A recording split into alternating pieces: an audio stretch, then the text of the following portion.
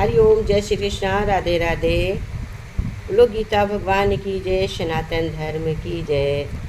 आज हम लोग जानेंगे कि जानेंगे कि जीवन का, हमारे जीवन का सार क्या है, हमारे जीवन का महत्व क्या है, हमारे जीवन की क्या उपयोगिता है। तो सबसे पहले विषय है कि ये रहता है कि अगर आप लोगों को हमारी वीडियो ऐसी अच्छी लगती है तो हमारा पहला तो विषय यही है कि आप लोग हमारे चैनल को सब्सक्राइब करिए, जिससे आप हमारी वीडियो को सबसे पहले देख पाएंगे। जब तक आप हमारी वीडियो को सब्सक्राइब नहीं करेंगे तो आप हमारे वीडियो को कैसे देख पाएंगे। यदि आप लोगों को हमारा वीडियो अच्छा लगता है और आप लोगों ने हमारे चैनल को सब्सक्राइब नहीं किया है तो प्लीज़ पहले सब्सक्राइब कर लीजिए, क्योंकि जब आप हमारे चैनल को सब्सक्राइब करेंगे तभी तो हमारी वीडियो को देख पाएंगे। चलिए ठीक है, अब हम अपने वीडियो को शुरू करते हैं कि जीवन का क्या सार है। तो भगवत गीता में जो भी उपदेश दिए गए हैं, हर एक वचन के जीवन का एक एक छुपा हुआ है, एक एक साथ छुपा हुआ है। जिस व्यक्ति में हमें जान लिया है कि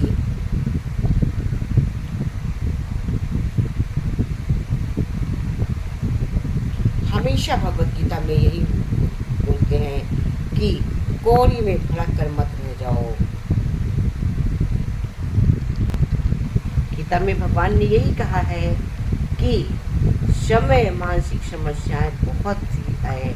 लोग मानसिक रूप से अव्यवस्थित हैं, इसलिए शारीरिक और मानसिक रोग बढ़ रहे हैं। इसके लिए क्या जरूरत है? मन को जितना शांत और सकारात्मक रखेंगे, परमात्मा में लगाए रखेंगे, मन में विचारों में उत्पत्ति से कम होगी। कई बार एक साथ अनेक सारे कार्यों को करने के विचार के मन में आते हैं और हम किसी भी कार्य को पूर्ण नहीं कर पाते हैं और उलझ जाते हैं। ऐसे समय पर अपने कार्यों को प्राथमिकता के आधार पर कर उनको एक एक करके पूर्ण करने में हम व्यवस्थित हो जाते हैं।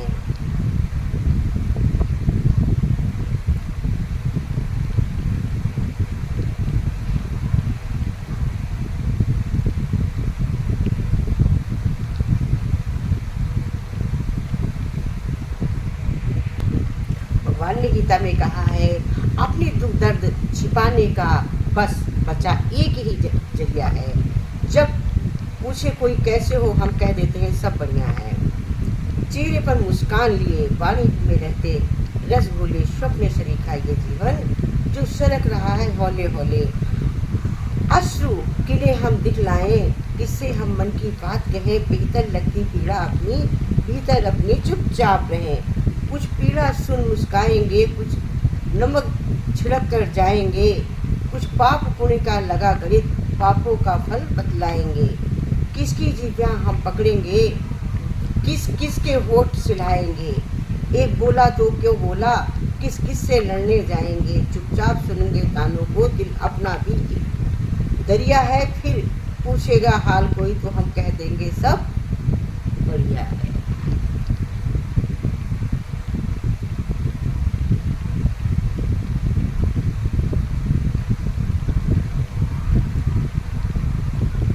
क्योंकि भक्ति यही है। एक बार कभी ऋषि ने कहा, लोटा गुरु से शिष्य ने कहा, लोटा मांजते समय शिष्य ने उनसे कहा, प्रभु गुरु जी ये लोटा रोज क्यों मांजने की जरूरत है, सप्ताह में एक बार मांज लिया करो। तो प्रभु ने उनको कैसे समझाया। ऋषि ने कहा बात तो सही है, और फिर उसके बाद उन्होंने उसे नहीं मांजा।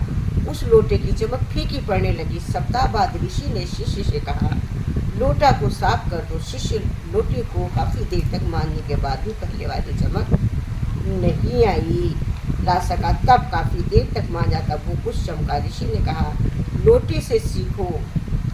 जब तक इसे रोज मांजा जा रहा था, रोज चमक रहा था। इसी तरह भक्ति होती है, जब रोज मुशिंगन करे तो इस सांसारिक विकारों से अपनी चमक खो देता है और ईश्वर में चमकता है। इसलिए भक्त को रोज सिमरन करना होता है।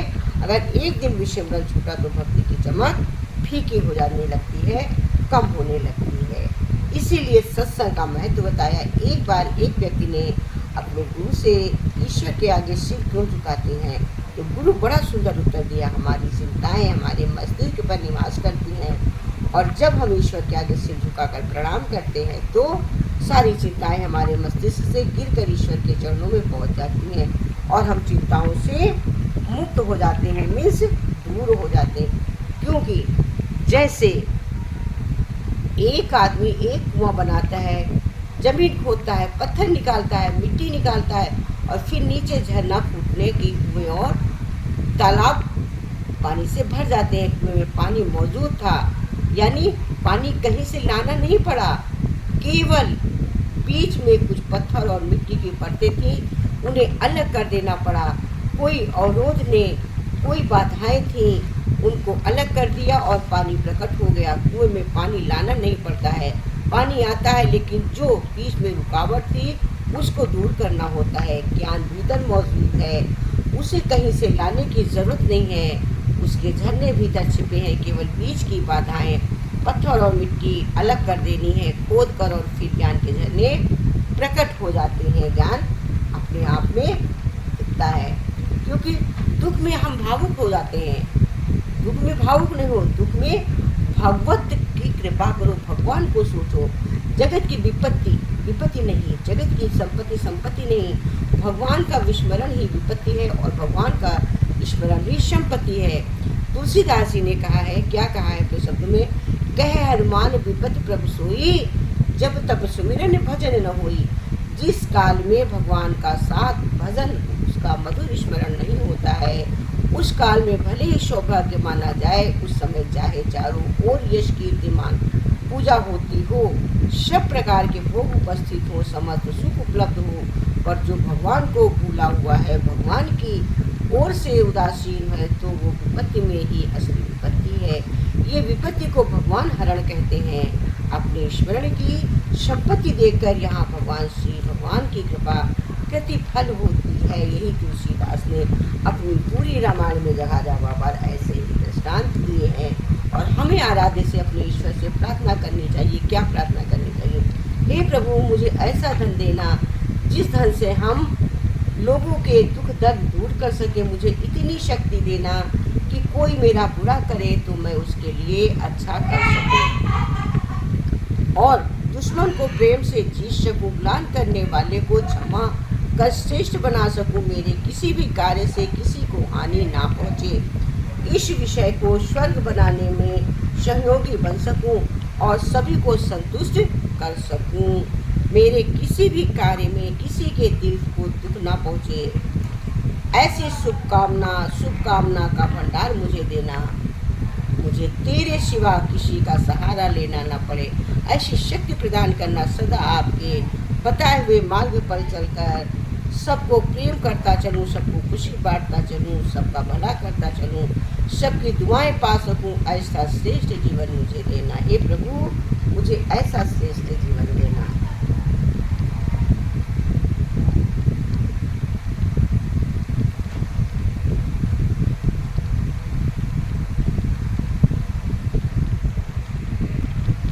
इतनी शक्ति हमें देना दाता, मन का विश्वास कमजोर होना।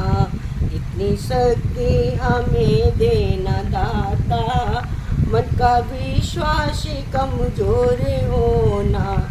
हम चले नेक रास्ते पे, हमसे भूल कर भी कोई भूल होना। दूर अज्ञान की हो अंधेरे, तू हमें ज्ञान की रोशनी दे।